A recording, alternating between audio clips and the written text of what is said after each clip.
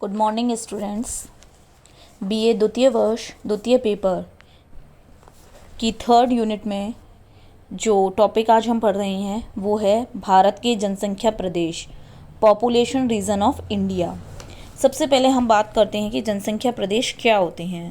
तो जनसंख्या प्रदेश वह भौगोलिक क्षेत्र होता है जिसमें जननांकीय विशेषताओं की दृष्टि से समरूपता पाई जाती है तथा इसी आधार पर ये अन्य क्षेत्रों से भिन्नता रखते हैं।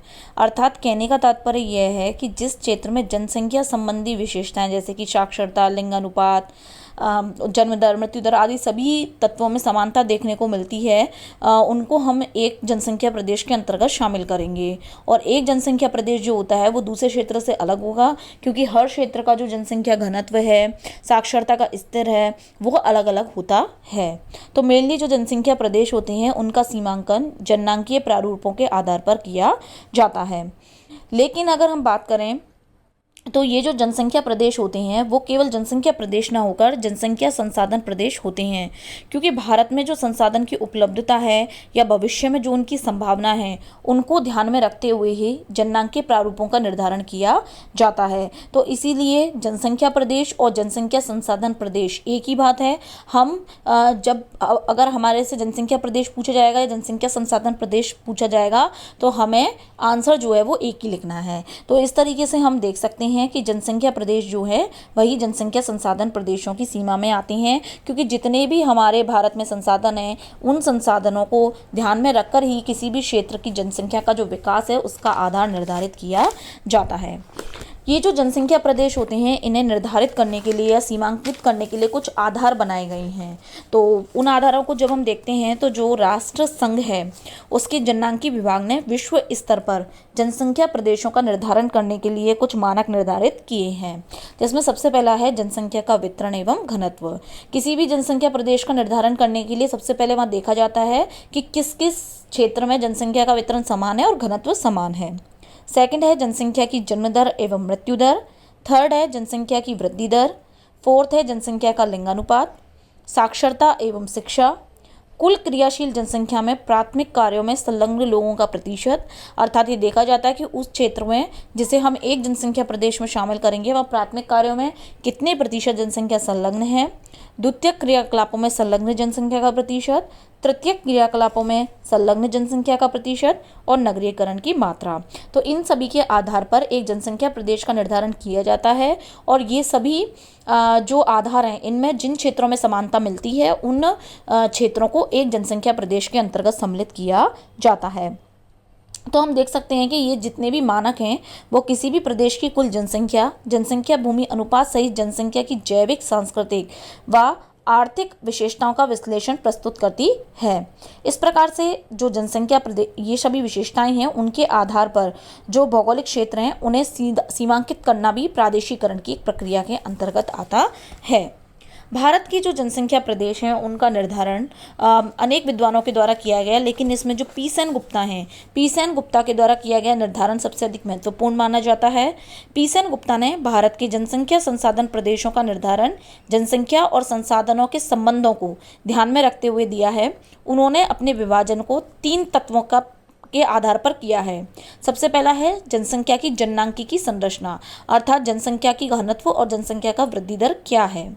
संसाधन संभाव्यता, अर्थात किसी भी क्षेत्र में कितने संसाधन उपलब्ध हैं और आगे उन संसाधनों की क्या संभाव्यता है। सामाजिक आर्थिक विकास का स्तर, किसी भी क्षेत्र का जो सामाजिक आर्थिक विकास है वो किस तरह का होता है, उसका स्तर क्या है।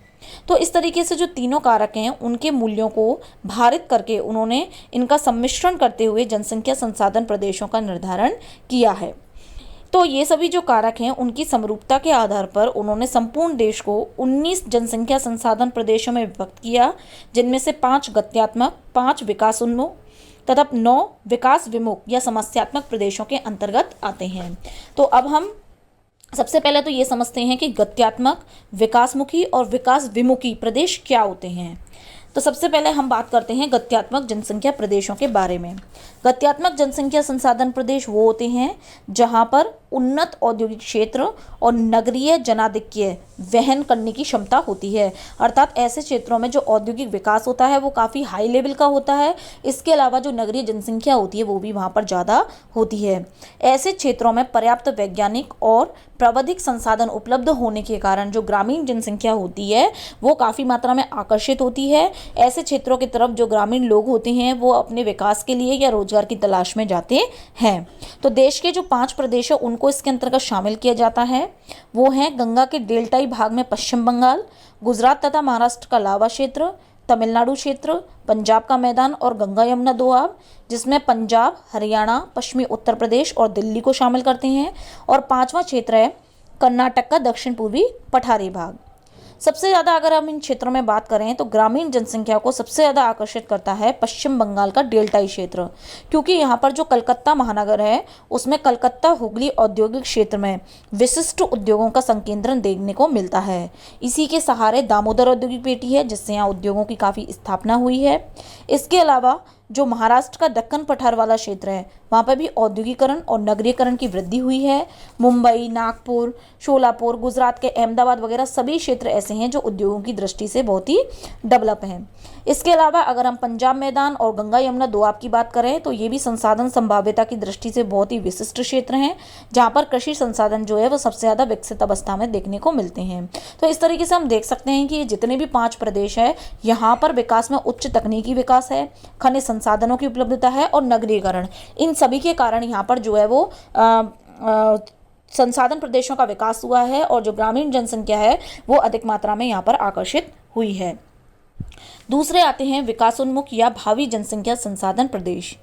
इन प्रदेशों को भावी या संभाव्य प्रदेश भी कहते हैं क्योंकि ये वो क्षेत्र हैं जहाँ पर संसाधन की पर्याप्तता तो है लेकिन उनका विकास नहीं होता, क्योंकि यहाँ पर कोई ना कोई सामाजिक आर्थिक समस्याएं होती हैं जिसके कारण विकास में अवरोध उत्पन्न हो जाता है।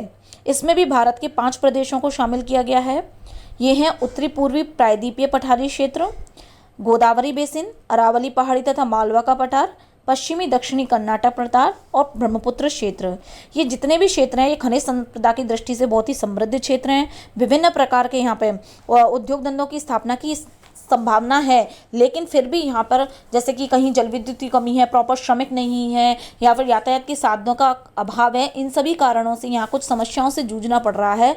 लेकिन अगर भविष्य में यहाँ पर संसाधन तो उपलब्ध है और भविष्य में यहाँ पर अगर तकनीकी विकास हो जाए या आगे जो है वो जितनी भी फैसिलिटीज़ हैं जो कहीं भी उद्योग धंधों को स्थापित करने के लिए ज़रूरी है वो डेवलप हो जाए तो ये क्षेत्र जो है वो आगे चल करके विकसित या गत्यात्मक प्रदेशों की श्रेणी में आ सकते हैं।